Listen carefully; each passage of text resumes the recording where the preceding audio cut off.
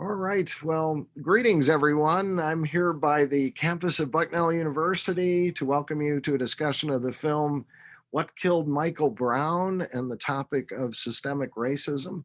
We're honored to have a distinguished panel tonight to offer various perspectives, expertise, and experiences. I'll introduce our panel. I feel I know you all through your work, which I respect so much. And it's an added pleasure to see John Fountain again in live time as an admired former colleague from the Chicago Sun-Times. I'll proceed from eldest to youngest in the introductions, if that's okay. Professor Shelby Steele is Robert J. and Marion E. Oster Senior Fellow at Stanford University's Hoover Institution. His many books and writings include The Content of Our Character, which won the National Book Critics Circle Award. A PhD in English, he is a self-described former Black militant who, as a public intellectual, became a skeptic about the effect of government programs promoted by whites to help Blacks in America. He is the writer and narrator of the new film, What Killed Michael Brown. Professor John W. Fountain is a full professor of journalism at Roosevelt University and award-winning columnist at the Chicago Sun-Times, a former national correspondent for the New York Times and chief crime reporter for the Chicago Tribune. He is a publisher and author whose most recent book, Soul Cries in Black and White and Shades of Gray, lyrically and tragically chronicles the joy and pain of lives of African Americans in Chicago. And I highly recommend his book to our audience. His writings focus on issues of race and crime, often reflecting on his growing up on Chicago's West Side. Eli Steele is founder of Man of Steel Productions, an accomplished and acclaimed filmmaker whose credits include the films When Jack Became Black, What's Bugging Seth, and most recently, What Killed Michael Brown. When Jack Became Black explores issues of multiracial and multi-ethnic identity, and What's Bugging Seth explores growing up deaf. These draw on his own experiences as a Black Jewish deaf man in America. Please be aware that he communicates through oralism and lip reading and speaks with a deaf accent. It's a real privilege to have you all here on the webinar. Hopefully our audience has had a chance to watch What Killed Michael Brown, but in case not, we'll start with a brief summary of main points about the film from Professor Steele and Eli Steele, and then proceed to comments on the film and issues in it by Professor Fountain, then to conversation among the panelists, and as time permits, to questions from the audience and responses from the panel. Questions can be written in the Q&A button on your Zoom screen. I'll disappear now and will just reappear to help with transitions and facilitate questions. Thank you all again for being here tonight with us. And again, we'll first hear from Professor Steele and Eli Steele, then followed by Professor Fountain, and then general discussion. Thanks so much. Okay. I guess it's my turn now. Yeah. Okay. Something came up on the screen. I wasn't sure what it was. Yeah, so I'll just say a few short words by way of introduction, and then we'll, I guess, then my son, Mr. Eli, will take it over from there, and I'm anxious to get to the discussion itself.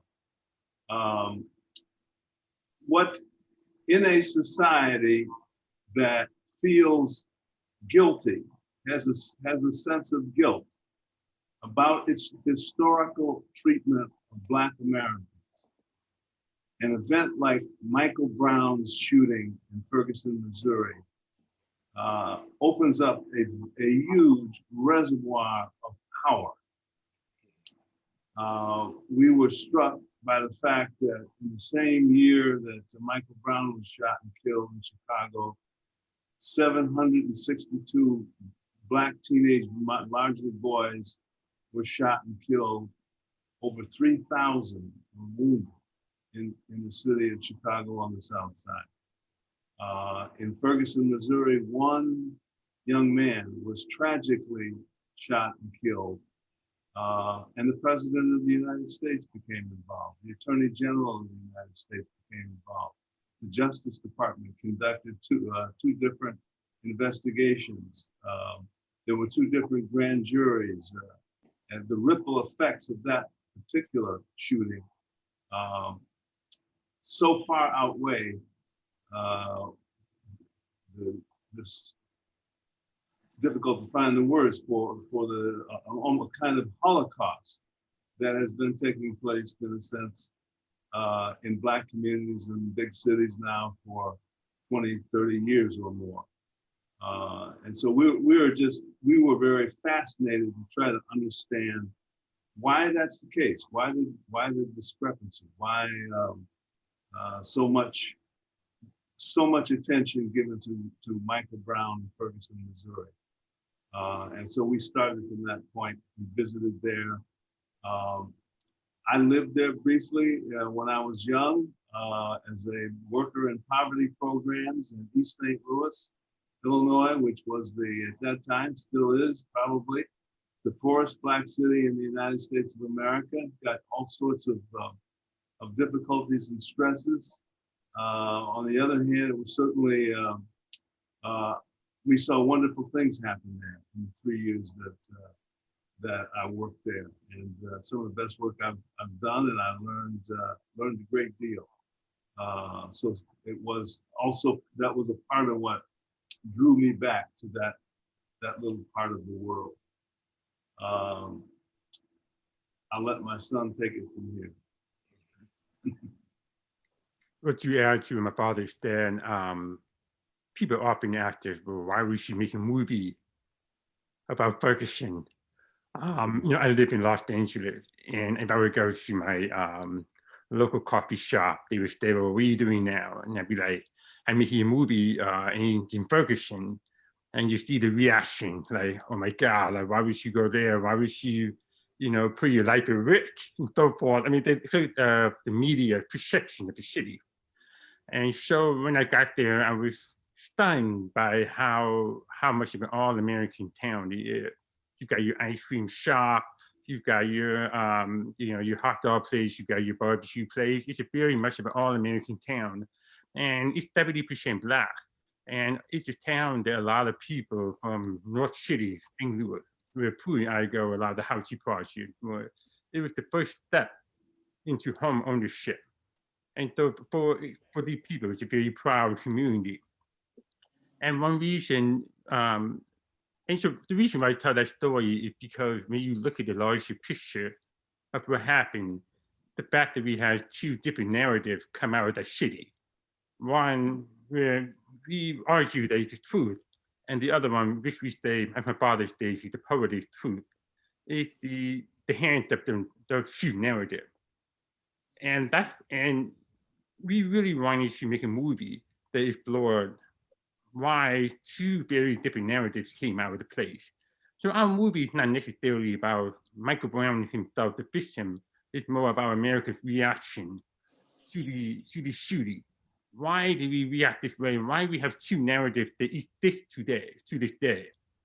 And why do we need the United States government, out of all the horrific murder, just 2 days after Michael Brown was shot in Salt Lake City, a white guy walking away from a police officer with no unarmed, nothing, just walking away, was shot dead. And that poor guy never got any attention. So what does that say about America? What does that say about how we view things?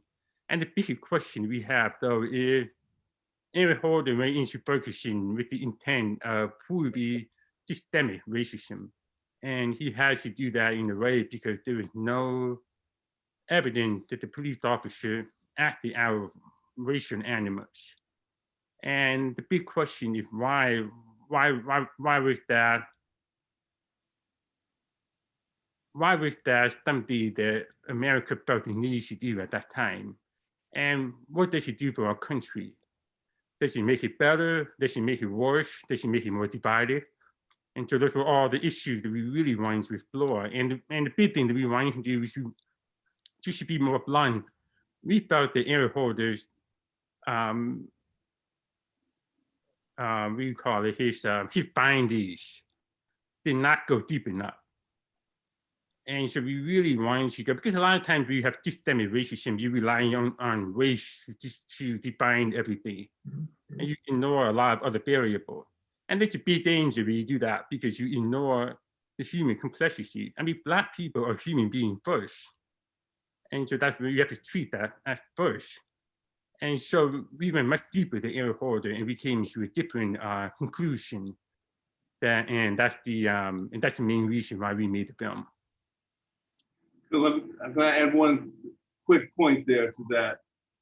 We also were fascinated by the issue of power. And again, after the 60s in the United States, Black victimization, the idea of Blacks being victimized by racism, came to represent an enormous amount of power. If you could establish that, for example, Michael Brown was a victim of white racism, that would feed into the politics of the left in America and bring enormous power to that side of our political landscape. If you could not prove that Michael Brown was a victim of racism, then there was no power. And so the fight, the tension, Michael Brown is just one incident. There was Trayvon Martin before him, there was Eric Garner, there was Freddie Gray, there was all the way up to George Floyd. All of them, in that sense, are contests over power, for power. And the idea, again, is that Blacks, if we can prove that these men were shot and killed because they were racist, and this then proves that there is systemic racism in America, woo, then we've struck gold. Systemic racism is gold. It brings an enormous amount of power that then is used in American institutions and across American society for all sorts of reasons, but to support whatever the sort of agenda on the American left is at a given moment. And so there's a hunger, ironically, and tragically, I think, a hunger for Black victimization, for Blacks to literally be victims, to cast themselves, to create what I call a victim-focused identity, such that victimization becomes our eternal flame. Our all-defining experience in America is as victims. Our value to American culture is as victims. The tragedy there, of course, is that victims are cut off from their own selves as resources and have to wait around, try to engage in politics in which they manipulate the larger society to sort of develop them because they're unable to. So we thought, to shut my mouth here, we thought that— Keep going, you're doing great. You're doing great. We smelled all of this in Ferguson. And so we went there and we lived there for periods of time, and that's where the movie came out. Well, thank God you made the movie. Well, thank God you made it. I watched it 2 weeks ago, and I have two immediate reactions. It was both informative and insightful. And it's a point of view that needs to be understood. Because until we all understand what you found and what you believe, nothing's going to change. It's only going to get worse, not better. Probably so. I worry.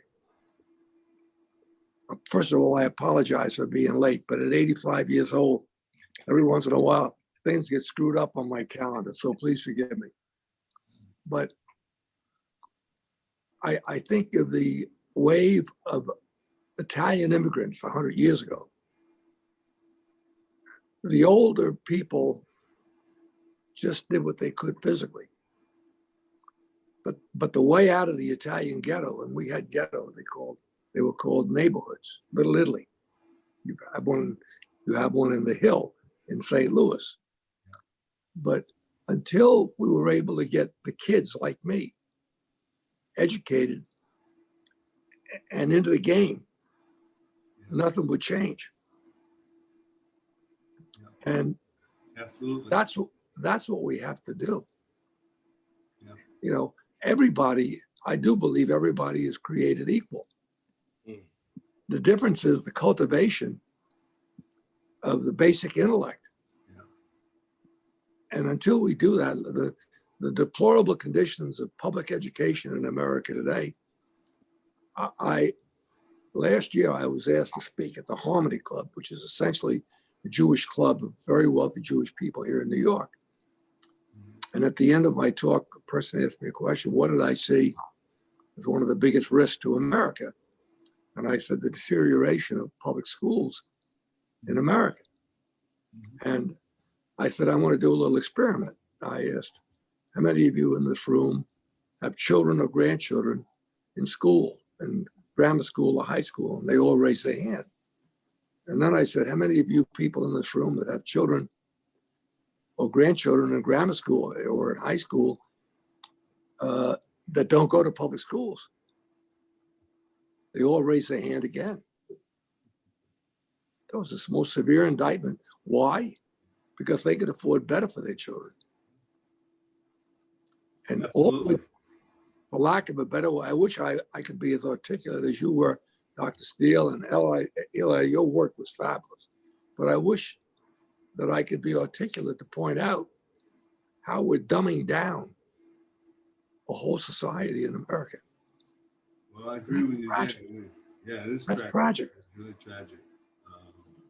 Maybe I can just break in and introduce our other panelist here who arrived a little while ago, Kenneth G. Langone, who is an alumnus of Bucknell University, and also co-founder of Home Depot, and known for his philanthropic work in higher education, especially in terms of scholarships, and also has endowed Bucknell with buildings. And so we're thankful to have you here today, Ken. And we were hearing a bit of a summary about the film from the Steeles.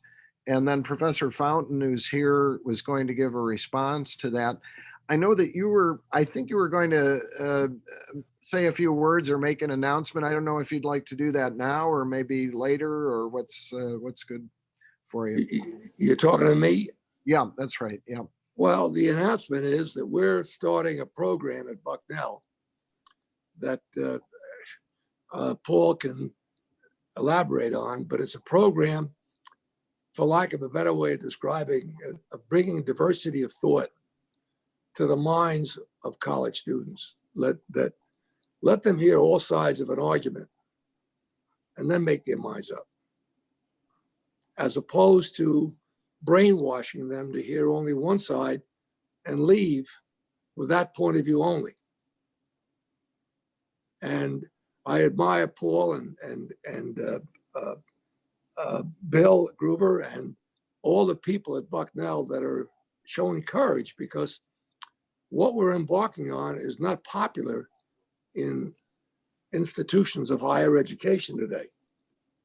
Yeah, but we're going to give it a fight. We're going to make a fight out of it. We're going to do it in a way that we do it on a high intellectual plane, where we do it on the basis of facts and reason and understanding. And so I'm very excited about being part of it. I believe this is the inaugural event since we announced the foundation. So you'll have a place in history, Shelby and Eli and John, you as well. You may not want that place in history, but you got it. I'll take it. Well, I'll take it. I feel good about what we're doing, because the biggest winners. That's the very biggest rare winners today. Not many institutions want to do that at this moment. Well, Bucknell is not being exactly forthcoming in this effort. I want to be very honest with you. the entrenched establishment doesn't like the potential of competition. Right. But we're going to make every effort, and more important than competition, to keep it on a high, civilized, intelligent plane. Yes. Let the argument speak for itself, not emotions or terror or violence or screaming or yelling or whatever else goes on. I We agree with need you. that. That's- We need your work, and we need you all involved in this. This is critical to the mission. Well, So, Paul, that's all I'm used to having it go the other way. Just a few weeks ago, our film was canceled by Amazon. I know.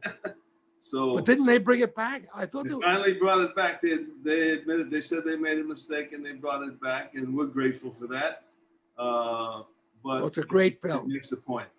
It's as I said, it's both informative and insightful, and it really moved us beyond words. Well, thank you. Thank you.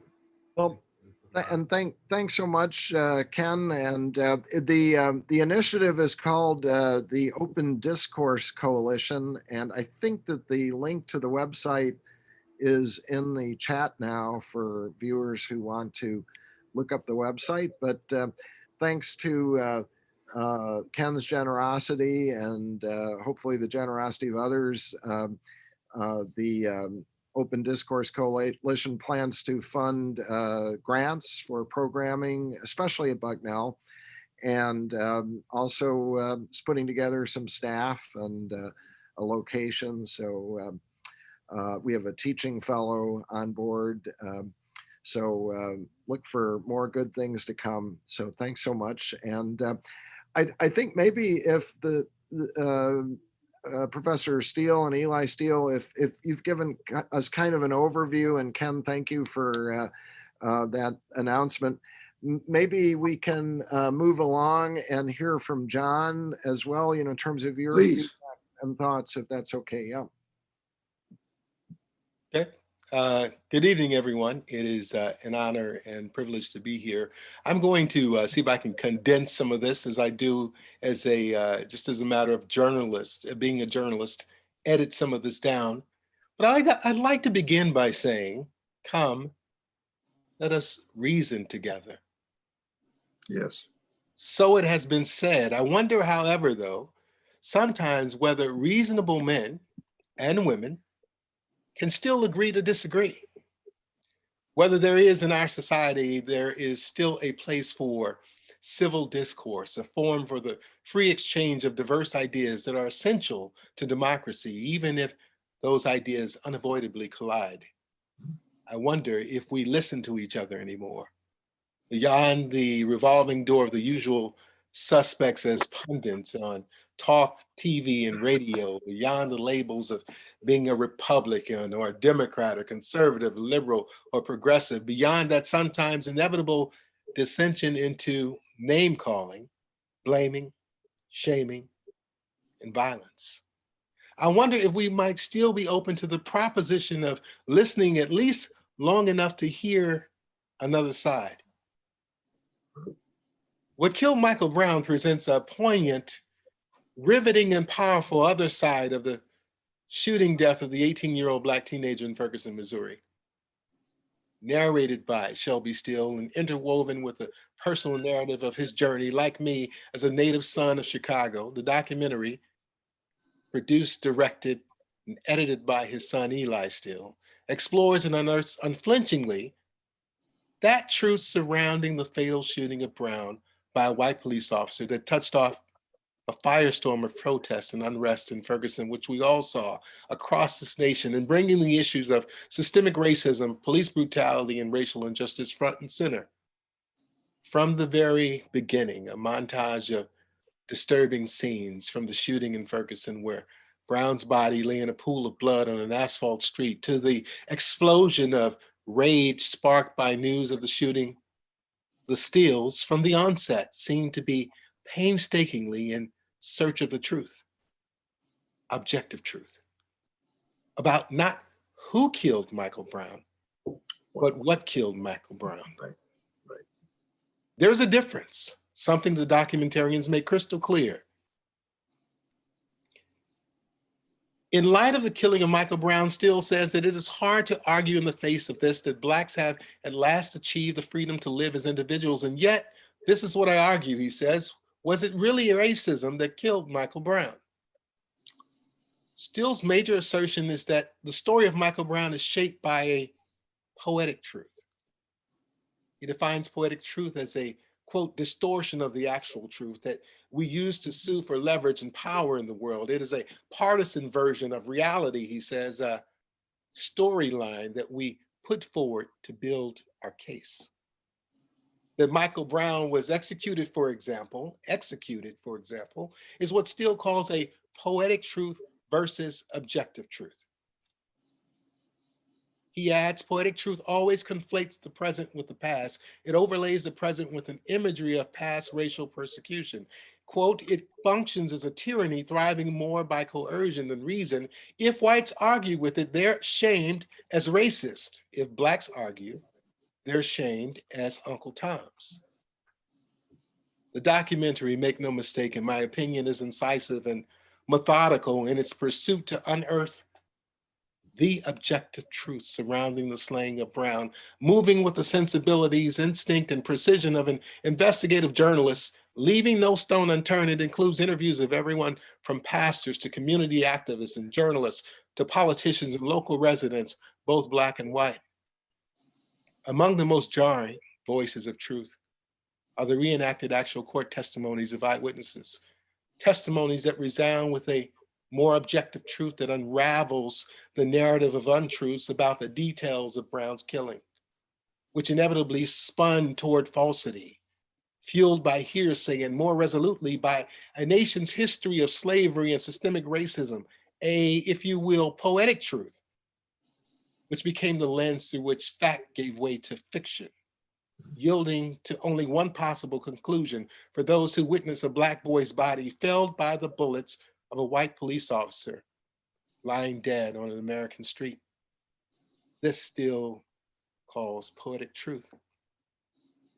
And I do not disagree, but here's the issue for me. A glaring truth which the documentaries does not seem to address. We as Black folks are not the only ones guilty of poetic truths. Except the poetic truths of white America too often ring with deadly consequences for Black folks. The poetic truth of white America that exists about Black folk in America, as a matter of our own survival, is seared into the consciousness and souls of Black folk. That faux narrative that emerges as sure as a golden morning sun when Black men and boys are slain by cops, unfairly stopped and frisked, harassed and deemed suspicious for simply driving while Black, walking while Black, eating ice cream while Black in the solitude of their own living room, bird watching while Black, being a journalist or a professor while Black. That American poetic truth that is etched into the fabric and embedded in the blood-stained soil of America that creates a socio-cultural prism through which every Black man is a potential murderer, rapist, mugger, menace, monster. That American poetic truth or false narrative that Black folk are lazy, trifling, do nothing, amoral misfits, disinterested in or unworthy of the full rights guaranteed by the US Constitution to every American citizen, capable of extricating ourselves from the dire well of hopelessness. That is the poetic truth that glares at Black folk with well-documented, irrefutable, and sobering real-life consequences, and that historically has led to the killings of countless Black men, women, and children who dangled once upon a time in this country like strange fruit from poplar trees at the hand of lynch mobs, to the bombing of little girls at a Southern church by the KKK, to the burning of Rosewood in Tulsa, and to the Red Summer of 1919, to police choking to death Eric Garner for the crime of selling loose squares, to 17-year-old Laquan McDonald being shot 16 times by a white Chicago cop, to George Floyd pleading for his life. and calling out to his deceased mama, his neck pinned to the street beneath the knee of a white cop, staring coldly, menacingly into a cell phone camera for 8 minutes and 46 seconds until George Floyd's life was extinguished.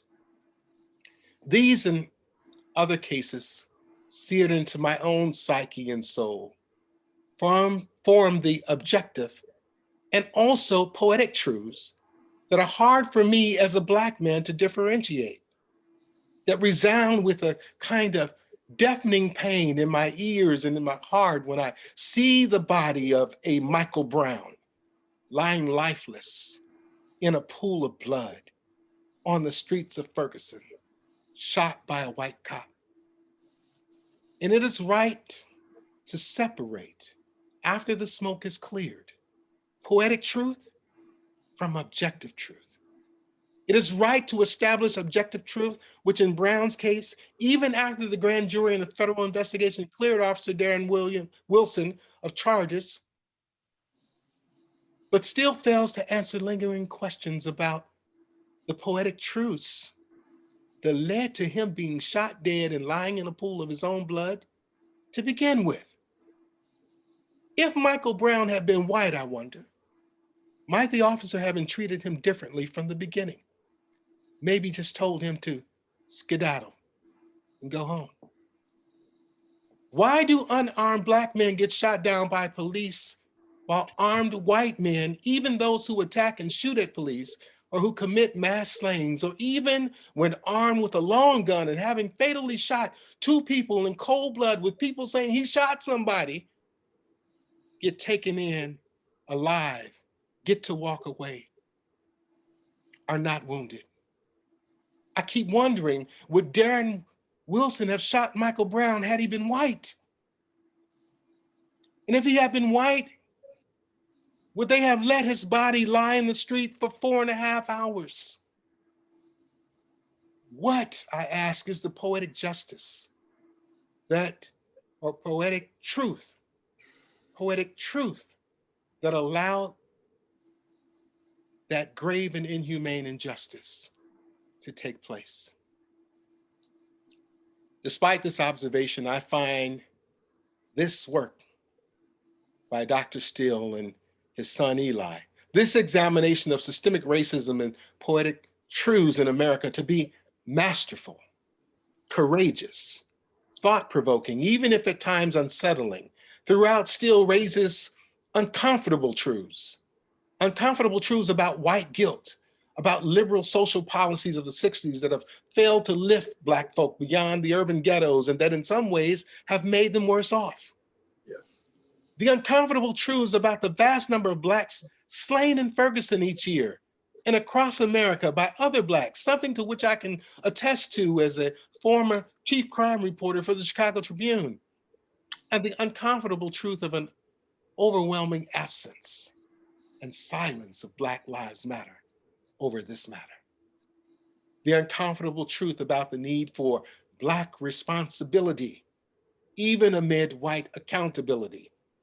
All of these are issues that I have explored myself as a writer, at the risk of being labeled a sellout or Uncle Tom, though always compelled to move beyond any safety that I might think I find in remaining silent, because the stakes for Black folk, the stakes for our nation, are so high.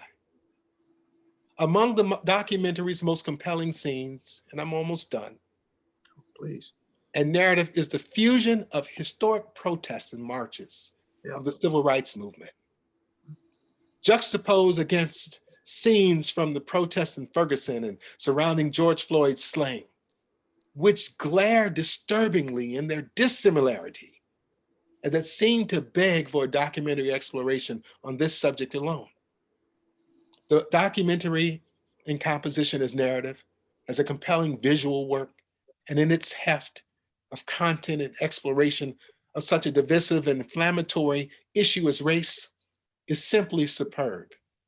It is, in my humble opinion, necessary, a priceless addition to the marketplace of ideas in a democracy.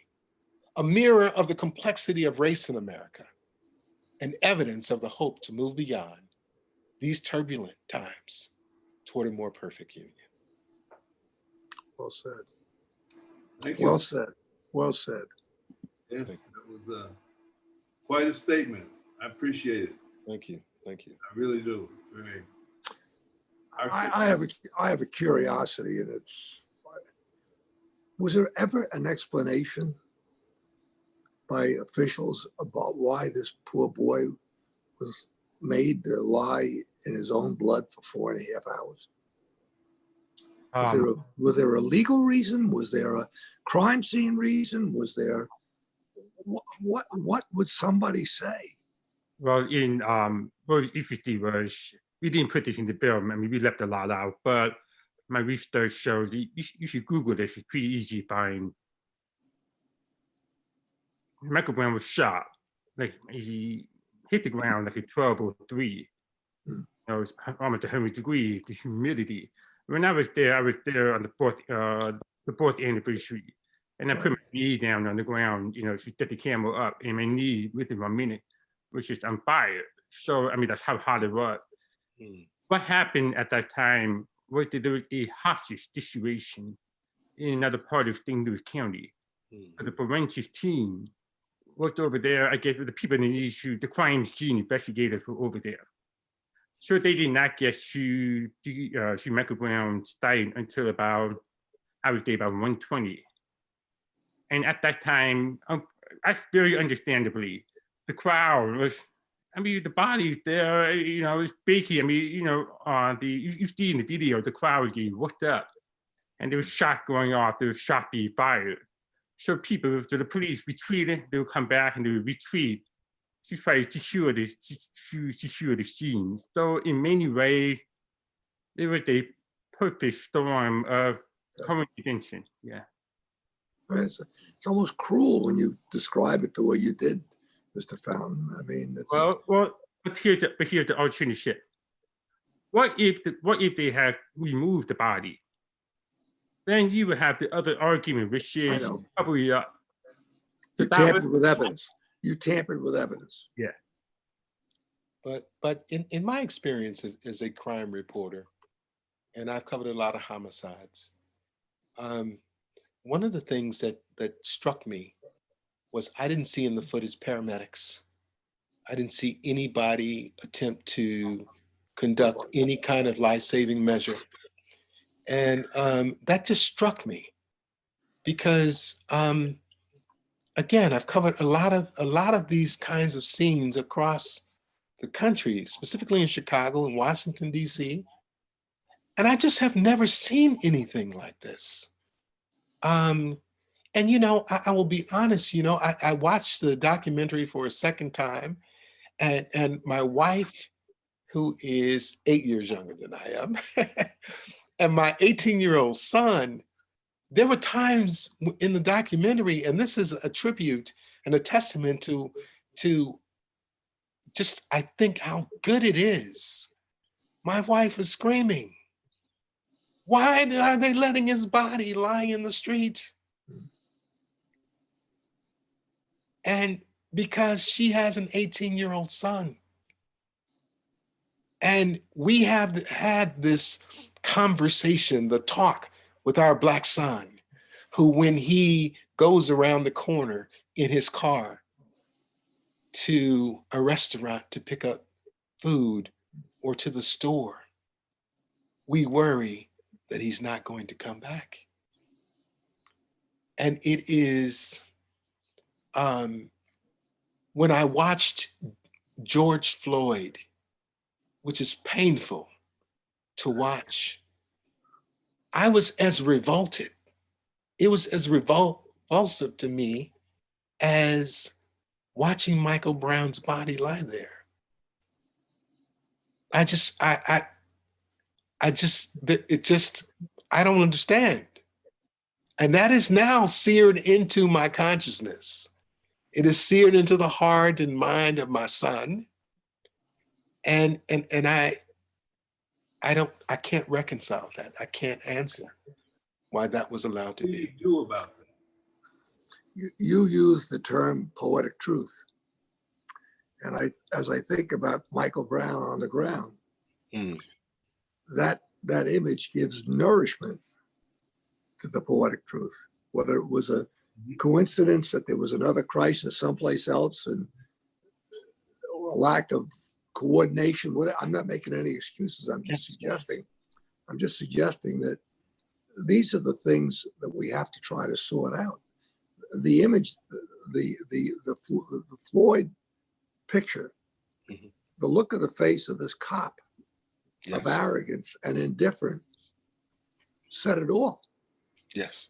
But that was a one human being. Yes. Who created a set of circumstances that you can draw whatever conclusion you want. That's not constructive to figuring out how do you keep people like that off the police force. Yes. There's bad people. Can I interject another? Yes, sir. In support, basically, of what you're saying. But one of the things we allude to it in the film, but we don't go into it in great detail. But since the 60s, Black Americans have adapted what I call a victim-focused identity, precisely because that is what larger white America responds to. And if we can be, our victimization is their obligation. It puts them in a position where they owe us. Well, the irony is our victimization is our power in American life. Right. And the one thing that you cannot do, the sacred rule as a Black person, is say that you're not a victim, that victimization. And so unconsciously, I believe we constantly create poetic truths. Michael Brown is a perfect sort of example. He was a bit of a hot-headed kid. He had been in an altercation 20 minutes before the shooting. He stole cigarettes from the Ferguson Market. He was walking down the middle of the street. He was asked politely to move to the sidewalk. He gave the big F word and went on about his business, got to the police car, reached in, grabbed the policeman and hit him in the side of his head, and then began to wrestle with him for the gun. It's a tragedy that young man was in a situation in life where there was so much family breakdown, so much community breakdown, so much educational breakdown, that he was very likely a lost soul. And it, at this point, was way far beyond anything having to do with Black-white relations and systemic racism and all of that. He lost his temper. And he was a 300-pound kid. And he was going to show this policeman who was the boss.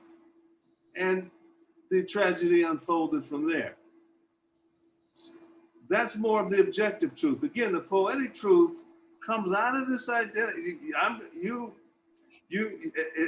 feel I'm the same way.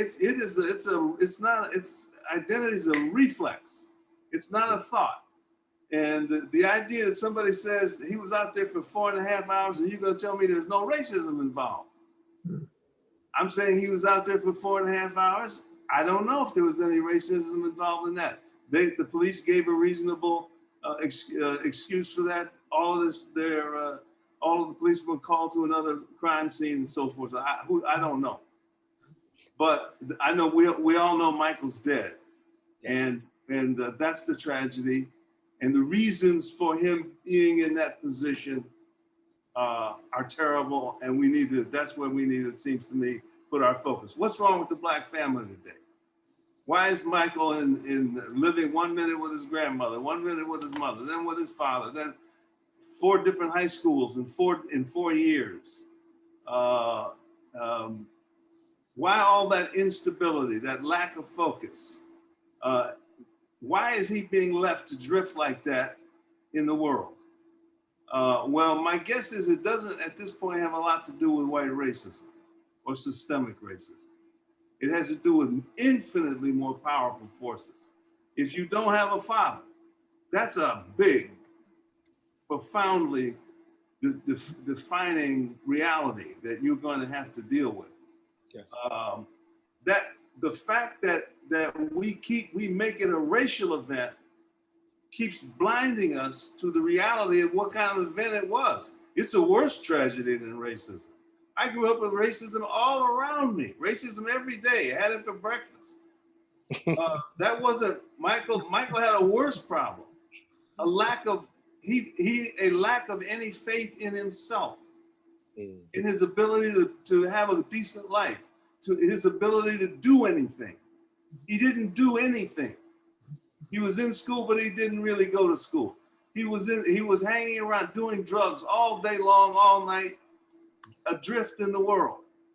Well, there are countless other kids in that same neighborhood doing exactly the same thing as we speak now. Well, that's the problem, I believe, far more. If you solve that problem, then we're home. We're virtually home free. I grew up in an all-black segregated neighborhood just outside Chicago. We were poor. We didn't have money, so forth. But I had a father, a good one, who a good father, as James Baldwin said, is somebody who says to the young son, "This far and no farther." Mm-hmm. And I got that lesson a few times. You know, John, yes. You mentioned something. We keep blowing it because we keep trying to make a political thing out of it, and it suits our politics. But then Michael Brown and others, Michael Browns like him, they're now being encouraged to say that they're still victims. That victimization is their problem.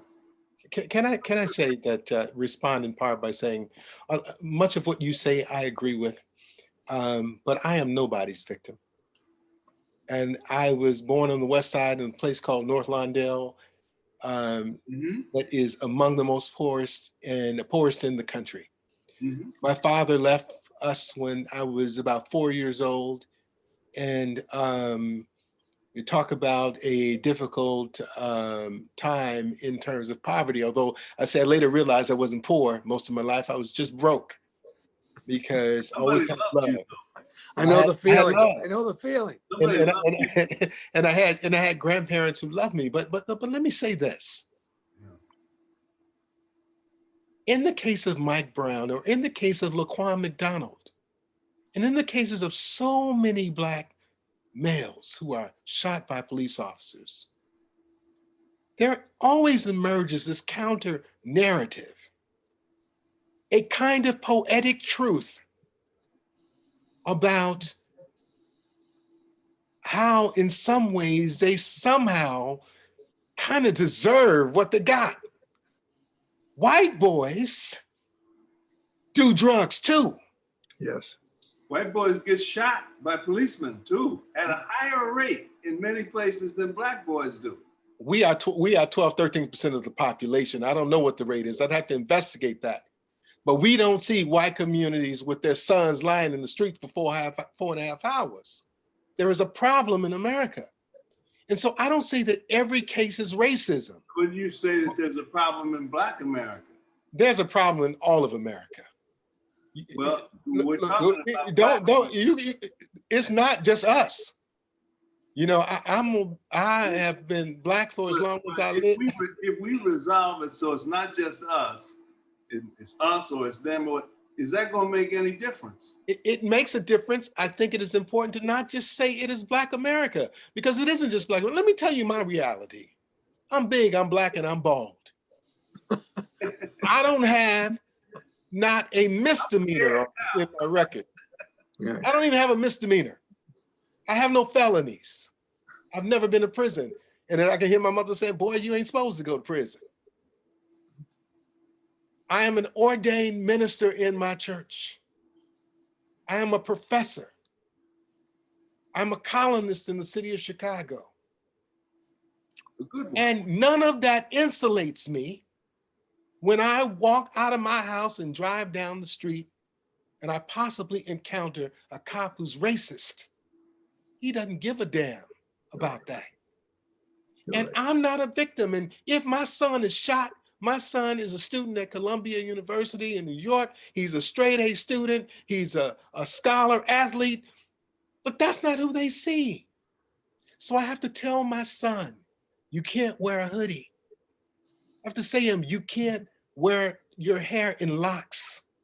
There's certain clothes that you can't wear because of that poetic truth that exists in America about all young Black men. Now, there's no way I could ever subscribe to this idea that all of Black America's problems have to do with Black America, because Black Americans didn't ask to be brought here.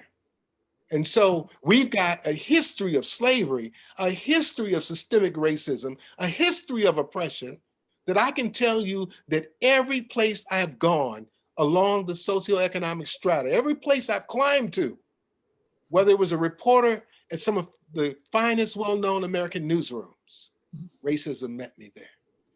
At the universities where I studied, racism met me there. At the universities where I've taught, racism met me there.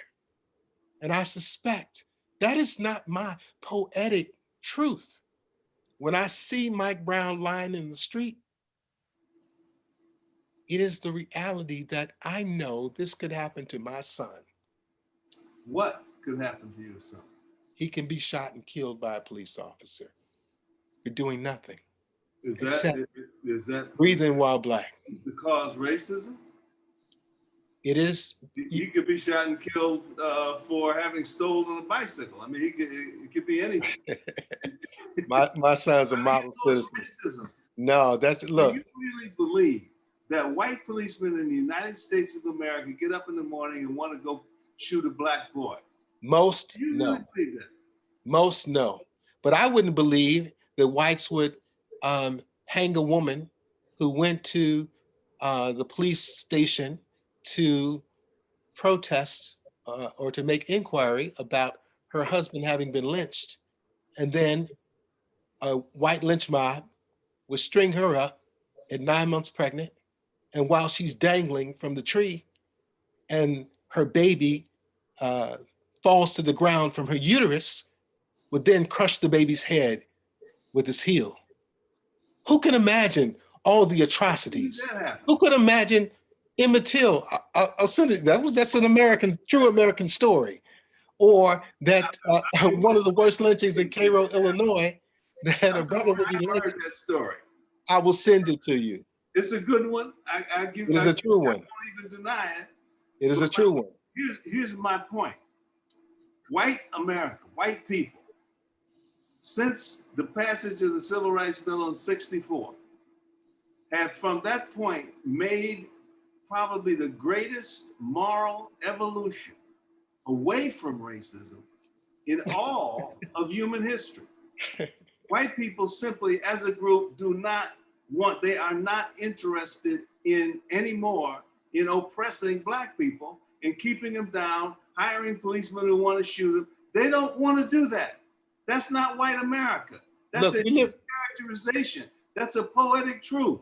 We live in a country where we have a president who does not denounce white supremacy. How many white people have given? We live in a country where the president will not denounce white supremacy. Listen, He tells the Proud Boys to stand back and stand by.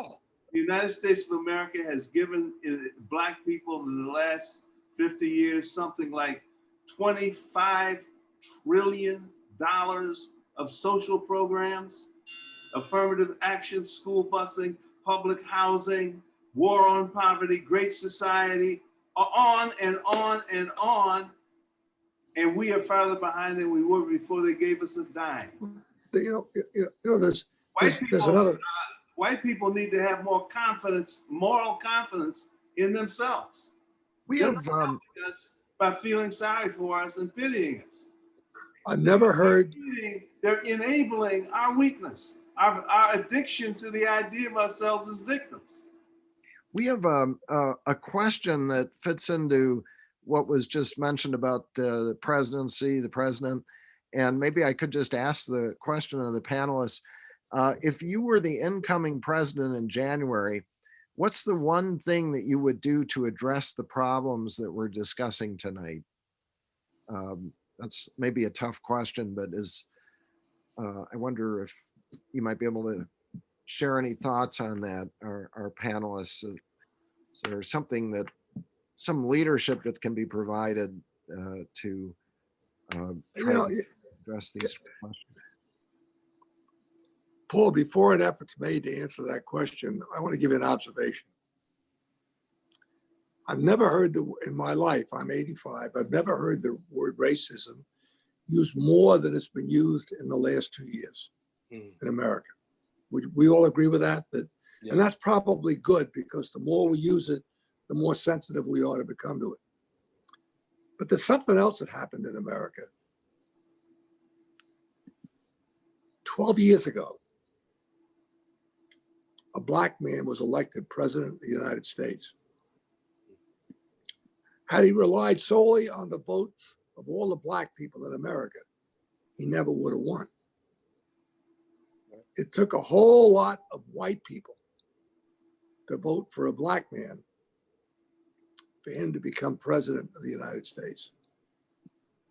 We're right now on the cusp of a new administration where a black woman is the number 2 person in authority in America. We've got a long way to go in addressing the issue of racism. But as you said, Mr. Steele, Dr. Steele, we've come a hell of a long way. I'm not suggesting we should rest on our laurels, but I think it doesn't hurt every once in a while to sit and take stock and say, I wish the journey were faster, and I wish the journey had fewer obstacles. Yes. But I know one thing, I'm moving in the right direction. Yes. That's all. And you know, one of the most moving parts of your film, Eli, most satisfying for me, was watching these vertical slums come down. What was the effort? Here's a place for you to live. Now leave us alone. You got that. We did this for you. We owe you nothing else. An arm around the kid, the shoulders of a little boy, or a pat on the back of a black kid for doing a nice thing probably would have had more of an impact on that child's life than living in one of those vertical slums. Absolutely. And one of the blacks going to wake up that this isn't constructive to where they want to be and where we want them to be. I can guarantee you in business, I don't know how many thousands of people we have working at Home Depot that are black, but I promise you one thing, without them, we'd be in trouble because we need them. I spoke to her tonight. We have a woman. She started as a part-time cashier. She's black. She now runs every single Home Depot store in the world. She's the boss for 24, starting as a cashier. So what I'm saying is, let's do some accounting of motive. To me, unfortunately, in too many instances, the Great Society, the motive of the Great Society was, here, I gave you this, now leave me alone. That's all I owe you. No, that's what it was. That's the message. Yeah. That's right. That's the danger of white guilt. And isn't that a tragedy? It is a tragedy. Because the last thing that they would get, which is the most important thing, is a word of encouragement, a word of kindness, an arm around a young kid's shoulders by a white man to a black kid. If I may, continue your point. If the president should come in on January 2nd, 2020th, the first thing I would say is let's just shoot the people on the ground. Let's just shoot the people who are in the middle of this struggle. Black people know exactly what's going on. In Ferguson, they know exactly what's going on. That's why you hear such a different perspective in our film than you hear in the media. They know exactly what's going on. Right. There are so many roadblocks, and these roadblocks are very unnecessary. I give you a very short story. I live in Los Angeles. And my kids are part of the second largest school district in America. That school district allows the kids to graduate from high school with a 1.0 GPA. Jesus Christ. That affects 20 to 25,000 students. Nobody in LA is outraged by this. The universities around here, UCLA, USC, they don't really make any inroads. They're not demanding that these schools make sure that every one of these schools has these same AP classes, these same number of guided counselors, equality of opportunity. They're not doing any of that. Instead, the reaction to George Floyd, which, I mean, I'm not minimizing, that's completely trash it. But why is the reaction to George Floyd to ban books that have the N-word in it? You're gonna ban Huckleberry Finn, you're gonna ban To Kill a Mockingbird, you're gonna ban Invisible Man. You basically have to ban every Black book, you know? And why are we doing that as a society? We should make it token gesture without any meaning behind it. And so that's why, if I were the president, I would just cut through all of that. Education is number one. Michael Brown should have not gone to 4 schools in 4 years. They basically should trying to graduate him so they look good. We need to stop rewarding people like that and help the students. Because after all, education now. My kids' education is right now. It's not 4 years now. They have time. It's now. One little aside to that. One of the difficulties in all this is that Blacks are spared. We live in a society that will never tell the truth to us. We live in a bubble in that sense. A lot of the problems we have are problems when we look at somebody like Michael Brown, it's something of a lost soul. No one will say, what in God's name is Black America doing about that? You want to blame some white kid who's a policeman, who had to shoot him to save his own life, but no one will look at Black America and say, what happened to you? Why are 80% of your children born out of wedlock? What social program, what racial identity could ever make up for that? Which means the Black family, the Black women get married at half the rate of white women. They get divorced at twice the rate. The Black family is shattered today. Almost, it's obvious that most of our problems come from the collapse of the Black family that only began in the 1960s and 70s when all these government programs came into being and seduced Blacks into them rather than say to Blacks the truth. You're free now. You're free. Freedom is scary. It's difficult. You have to have a very disciplined sort of life to thrive in freedom. It doesn't just happen. You have to, yes, you were victimized, but now you're free, and this is the challenge that you face. And if you don't face this challenge, nothing anybody else does for you will be meaningful. You're never gonna get paid off for the suffering that your people endured. It ain't gonna happen. You're never gonna get a perfect world. But you keep using your victimization to avoid responsibility for your own development, your own advancement. And so no one believes you anymore. White America doesn't believe Black America anymore. They did back in King's Day. They knew segregation was everywhere. But today whites say, look, when you go out of your house, you're likely to run into racial preferences, not racial discrimination. You're gonna run into opportunities. You're gonna run into people who have goodwill toward you, who want you to thrive, who will be proud to know you as a person. That's what you're gonna run into. Now, let's start from there. Are you gonna run into a Nazi? Seriously, you could probably live your whole life and not run into a bona fide racist. Freedom is our biggest problem today, our biggest challenge. We don't know what to do with it. It scares the hell out of us, like it scares the hell out of human beings everywhere. It's not comfortable to be free. If you don't know what to do with it, if you don't know how to handle it and live in it. That's our challenge. We keep wanting to fight racism. Racism is yesterday's war. Today's war is freedom. Can you make something of your life in freedom? Can you do that? Are you being prepared to do that? I bet your son was prepared to do that and is doing it.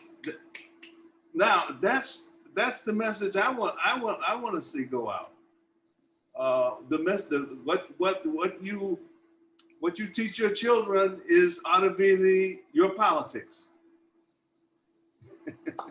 John, what kind of approach do you see? Do you have any thoughts on what approaches we as a nation can take on some of these issues? And you mentioned before the problems that whites have. Often we'll talk about the problems in Black America as a country, but some of these issues of freedom, how to deal with freedom, for example, the issues that whites certainly have in the United States, problems. But what kind of approach would you see going forward for us as a country that would be helpful with these issues? If you can share some thoughts on that.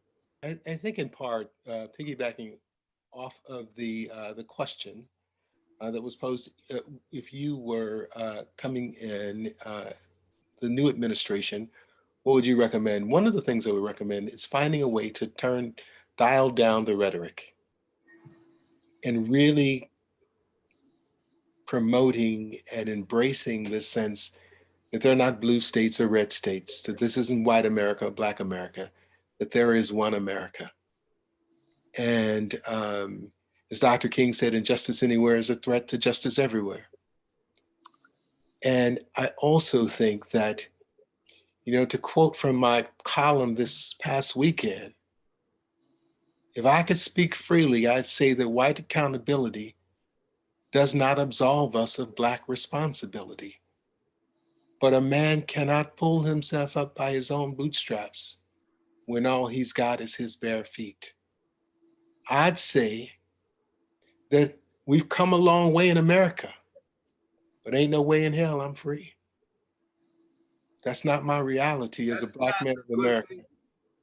That's not my reality. And that does not say I'm free whether I want to be or not. Look, I'm free in Christ. He who the Lord sets free is free. Well, amen. Amen. So I'm free in that sense. Yes. But I think one of the reasons that sometimes Black folk can't hear this kind of talk, it isn't that we don't accept responsibility. The Republicans used to talk about compassionate conservatism, and they almost had me until I realized that they were lacking the compassion in many cases. And so speak the truth to me in love. I don't mind you telling me where I'm short if I know you care about me. If I don't feel prosecuted by the tone of your speech. We have children. We know how we talk to them to encourage them in ways that they don't feel demeaned or belittled or fussed at. And I'm hood. I'm from the West Side. I ain't never gonna be not hood. I don't care where I go or what I do. And so when I feel like there is this kind of diminishing of Black America or blaming of Black America for where we are, it offends me. And hear me, I'm the guy who says, like you, we must be responsible. Fathers must be engaged. And even if it is a case that fathers are no longer with the mothers, we cannot. I don't blame them, man. I don't blame. I don't blame Black people. I just say to Black people, our existential situation is that if we want to get ahead, we want to move up, become a part of modernity, the modern world. That's it. That will be, no one will do that for us. Whether they want to or whether they don't want to, all of this is in our own hands. I agree. In the 50s, Yes. on the south side of Chicago, in my little black neighborhood, two doors down, Melvin Van Peebles, who invented independent film in the United States, was my neighbor. I had one of his puppies, one of his dogs. The girl who lived in the next block, Linda Hawkins, became a PhD biologist from the University of Michigan. Rudy, forget his last name, became the Western director of the FBI.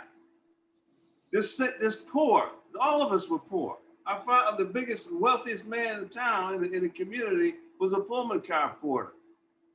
He was aristocracy. So we didn't have money, but we had parents who asked something of us, who expected it, who were hurt when we messed up, who took it personally.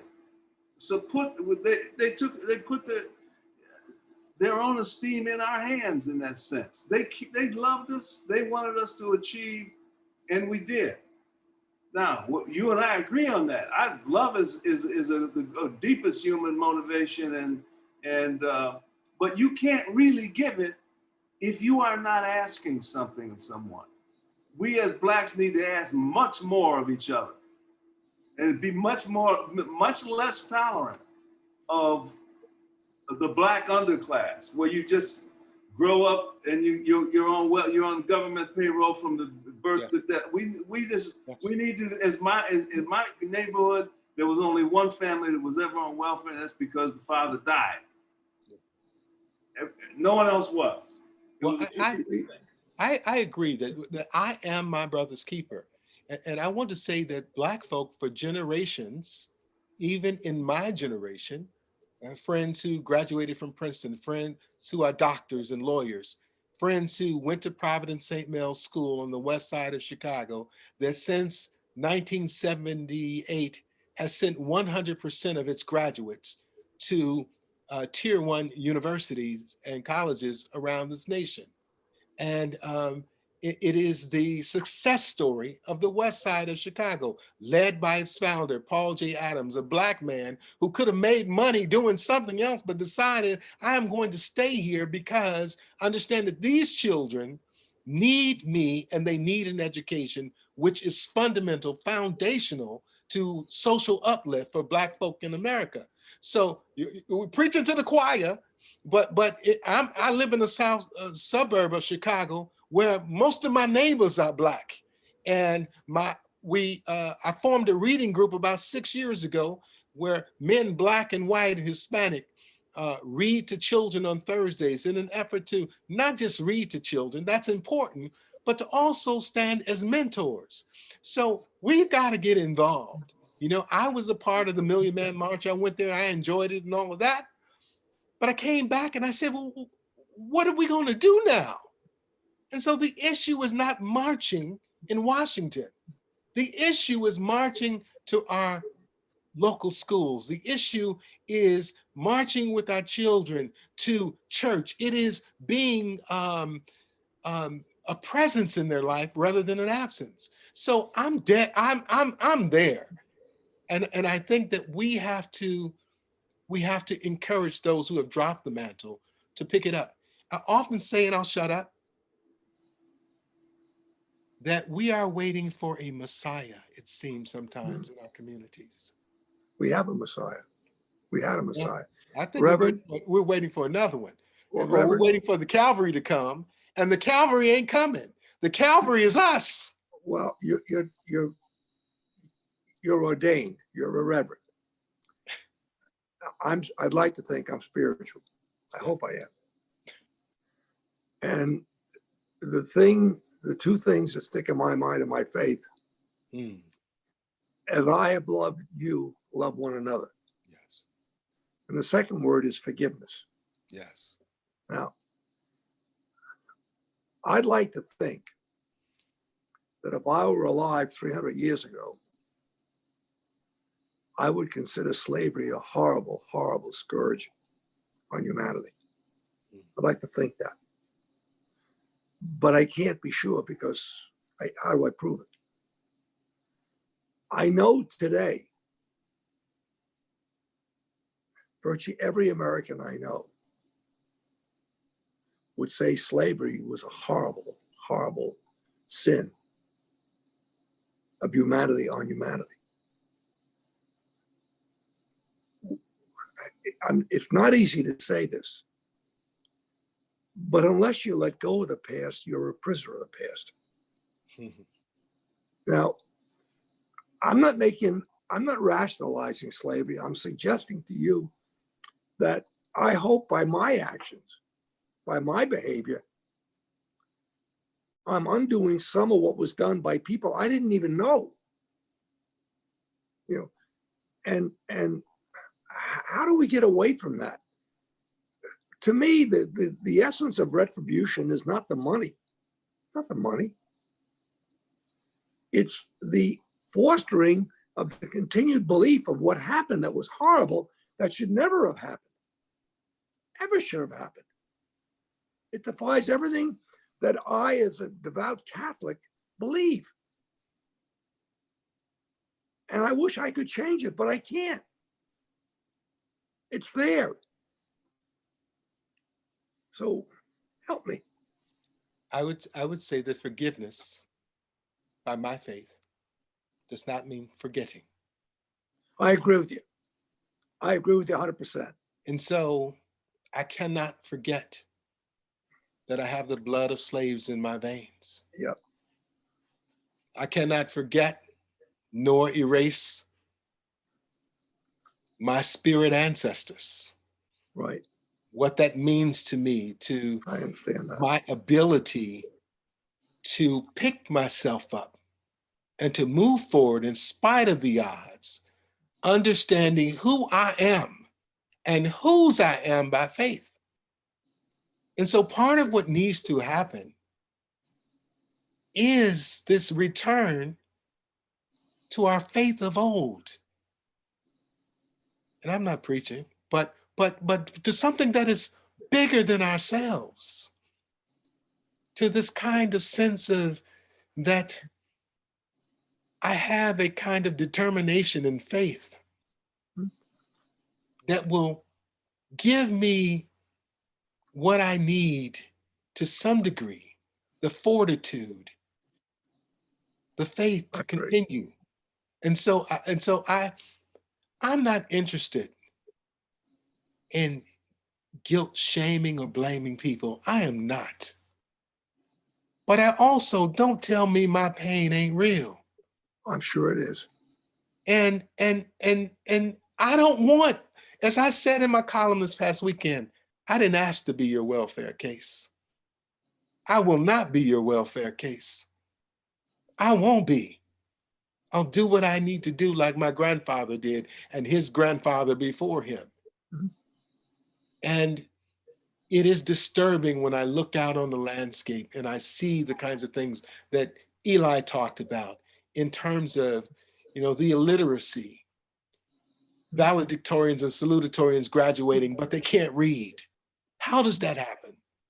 Or, as the documentary points out, this murder and mayhem that occurs on the streets of Chicago and across this nation, and there's almost this collective silence, with the exception of a few faithful fighters who are still raising this scourge to the public sector and saying, we must change, we must do something. It is disturbing. And I think it's one something thing we have to grapple with. I think one thing that would help in terms of what you just said is that we stop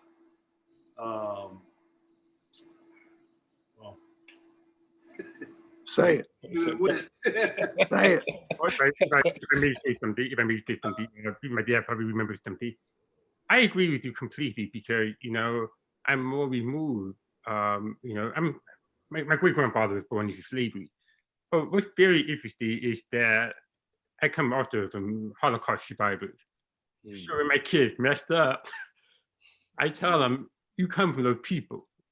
Those Yes. people Yes. pay the price that you would never, ever understand. Yes. And I mean, that really, they don't understand yet, but I tell them over and over and over because it's an enormous source of power. Yes. If they could do that, you have no excuse. Yes. I agree. Amen. Well said. Well said. Well, that's one of the things that just We're fascinates me. we're getting near the end of. Yeah, go ahead. Pardon? Paul? Yeah, go ahead, Dr. Yep. Well, I was Please just go saying one ahead. thing Yep. that is interesting to me is one of the pitfalls that come to people who are minorities is that they feel that in order to be authentic and loyal to their group, they have to go along with the idea in the case of Blacks that victimization, racial victimization and persecution is still a problem, because that's what joined the group together. That's what gave us a cohesive culture. That's what gave us attitudes and all sorts of things. So we say that you can believe and do what you want, but we're going to hold on to this idea that we are subject to be victimized at any moment by the racism around us. I'm saying we pay a terrible price for that. It makes us feel as though we don't feel free and in control of ourselves. We feel on defensive, hunkered down. We've got to have a strategy for everything because we're dealing with a society that hates us. That's over with. That's over with. That people will say, "Oh God, no, it's not over with. It's not over with." No. I'm here. The harbinger of the good news. It's over. No. Of the official oppression of Black Americans is over with. Look, you can say that. You can say that. But Blacks will do what you're doing right now. They say, "Oh, you No, went crazy now." I could click my heels 3 times and like Dorothy, wish I was back in Kansas and say it's over, but it ain't over. And all I need to do is walk outside of my house, get into my car. But you know, isn't it wonderful? Wave to me. It ain't over. Most whites. Isn't it wonderful that you're disagreeing and you're both smiling? Yeah, yes, isn't that wonderful? No, isn't that where we want to get in our society? Yes. Well, that's what this program in Bucknell is all about. That's one. We had a couple. See, he's going to help. We had a couple of questions along these lines, and I know we're running over time here, and I appreciate everyone's time. But we did have a couple of questions about the value of dialogue on issues like this. Is, you know, a couple of the questioners were saying, discussing or having a dialogue about racism in America, is that like climate denial? I mean, is there really anything to discuss in terms of different sides of the issue of racism in America?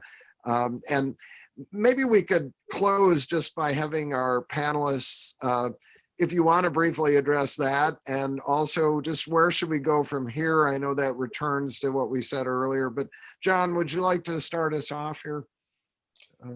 I would say just with some final wisdom. Sure. I would say that it is, first of all, thanks for having me. And it is wonderful that we can agree to disagree. And so much of what Dr. Steele has presented and what Eli was just wonderful in presenting in the documentary. I love it. And we have to have those difficult conversations. We have to have them. And if we exist in our own bubbles, these echo chambers that only reverberate with the things that we absolutely believe in ourselves, how is there ever going to be any room for growth? And what place can we have these kinds of conversations if we can't have them at the university? And sometimes I think, and I'll say this and I'm done, people don't want to have the conversation because they don't want to be faced with the reality of a truth that isn't their own and be forced to reckon with that and the possibility of changing. Well said. Well said. With every word, I agree. Sure, I think we could go on and talk forever. I'll make the commission. If my ancestors were slaves, I would carry an awful lot of anger in my life about people I didn't know who were the slave masters. Mm. The tragedy of where we are, it was very clearly only blacks were slaves and only whites were slave masters. And that's where the division began. Where it began. So Actually, on one hand, there were several hundred black slave owners. Many blacks owned slaves in the South. are you serious? Yes. Yes. Is that true? Yes. Yes. That doesn't make me feel any better, but no, but I'll tell you this. I'll tell you this. On the one hand, I'm asking forgiveness. On the other hand, I'm admitting that if I were the descendant of a slave, I'd have a lot of anger in me. I know me. Mm.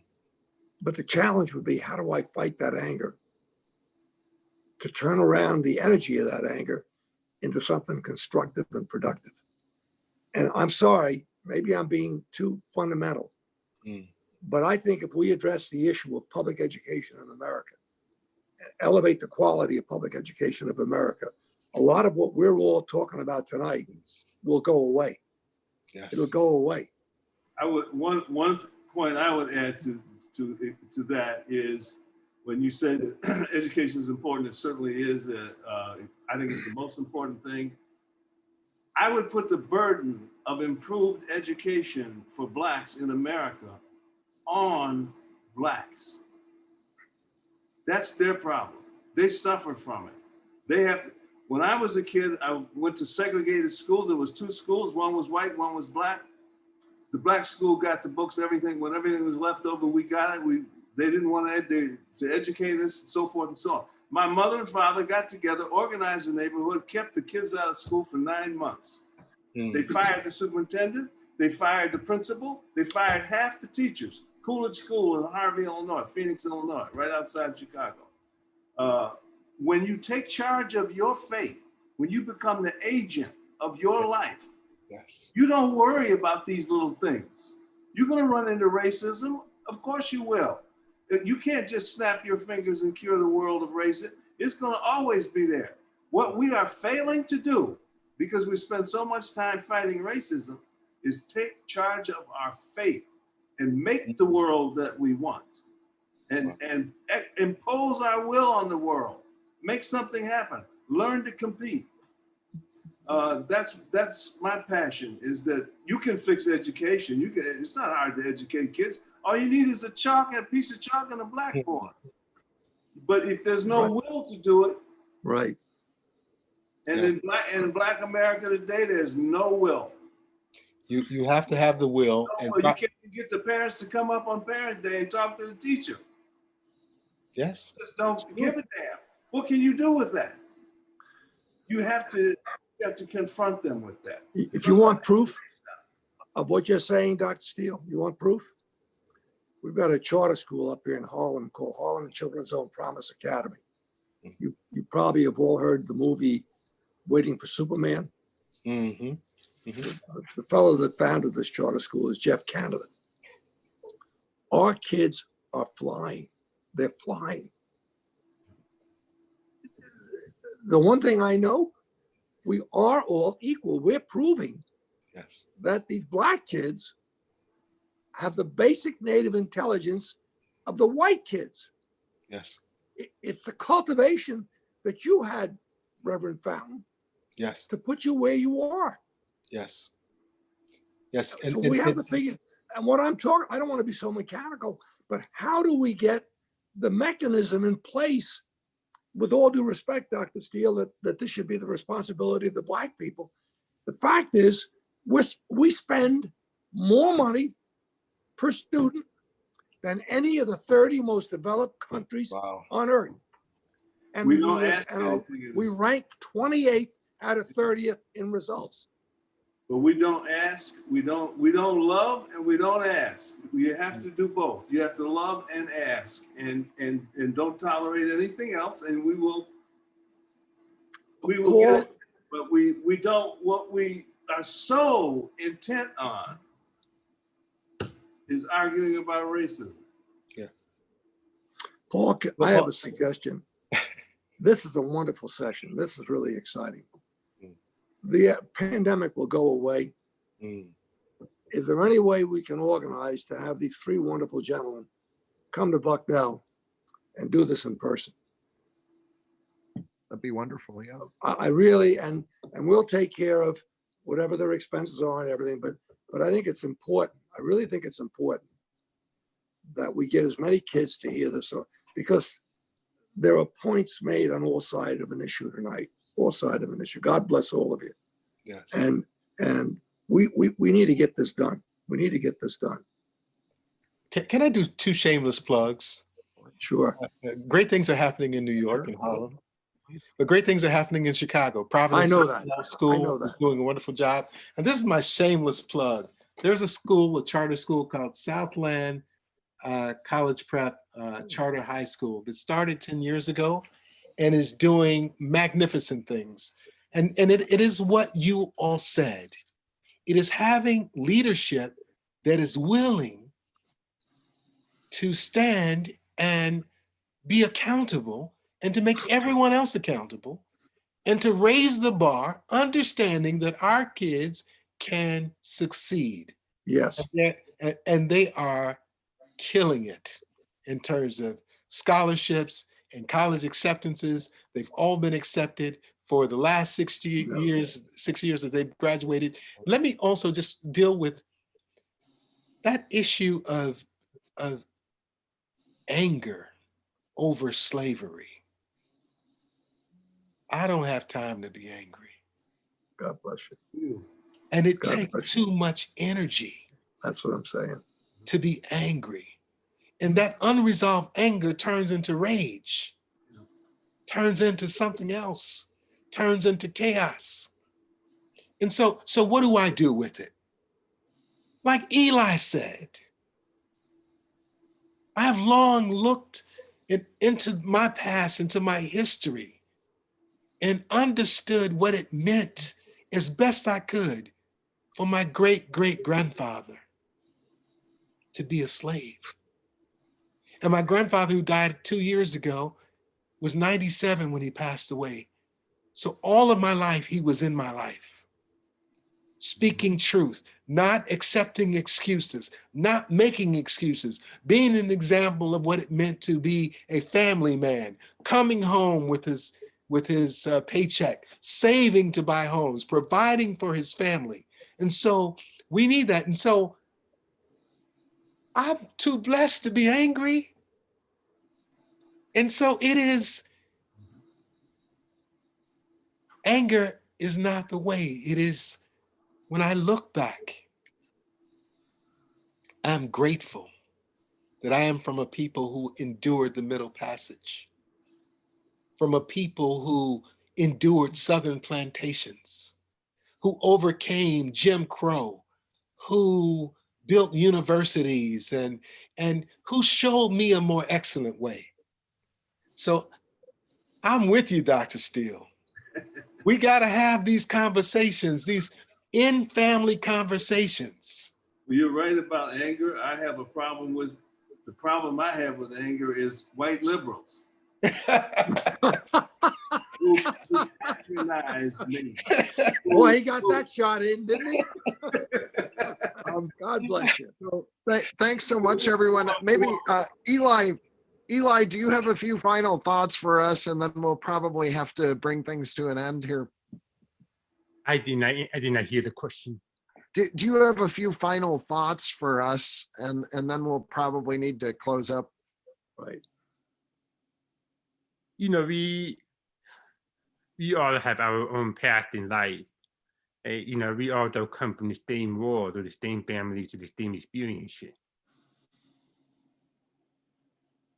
But we all know, I think here, we should state all of its value. The most important thing we we have to, in the generation, our kids and the generations that are coming up, we have to do better than the previous generation in making sure that these children really learn from our mistakes. What I mean by that is that you come out of 4 centuries of oppression and know exactly how to fix America, how to make it better, how to make it, you know, better for everybody. And that's what we're trying to do. And the big fight today is which way is the right way. So we have different ideas going around. We must address systemic racism. We must wait for white people to do certain things. We have the other way, which is you're on your own. You got to find your own path. And I think it's very important that all the professions be put out there. I know which ones are my favorite. I'm not gonna be, I'm biased, but the point is, everybody has that one thing in common, which is they all want to lift these people up. They want to lift it up. And some people may go up that way, and some other people may go up this way. And the most important thing is that we continue to argue for what we believe in, because we will reach certain people who will believe in what we believe, and they will move up. And I think that's all we can ask for in society. God bless you. Okay, well, thank you so much. And I'll just remind everyone, please pick up this book by Professor Fountain, which is a wonderful book. And also, if you didn't get a chance to watch What Killed Michael Brown, please do. Please do. And I want to thank all of you, Paul, for putting this together, and all of you 3 gentlemen for giving of your time and your thoughts and your feelings. And hopefully we'll make this journey together and really get the kids to be more thoughtful about all the decisions they make in their lives. And thoughtful meaning, think of all sides of the issue before you decide which way you're going to bet. So this is what we're all about. And thank you for this inaugural kickoff. Is Paul, home run. That's all I can tell you. Home run with the bases loaded. Okay. And so please, let's plan within the next 12 months of doing this in person. I think this is something, Paul, that'll attract an awful lot of interest on the campus and give these kids an understanding that life is not simple.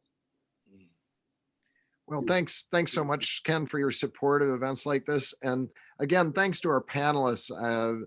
All of you, it's just been wonderful to listen, and so good to meet with some of you and to see you, John, once again after so many years. So it's a real blessing. What a night. And, what a night. We'll remember, if you'd like to find out more about this type of programming, to look at the Open Discourse Coalition website, which I think is in the chat here somewhere still, the link to that. And this was brought to you by the Bucknell Program for American Leadership and Citizenship, along with the Open Discourse Coalition. And we'll sign off for tonight here from beautiful downtown Lewisburg. But thanks again so much to all of our panelists, and hope to see you again soon. Take care. Thank you so much. Thank you. Happy holidays. Have a great Thanksgiving, everybody. you. God bless all of us, and God bless America. Okay? God bless. Agree with that. Thank you.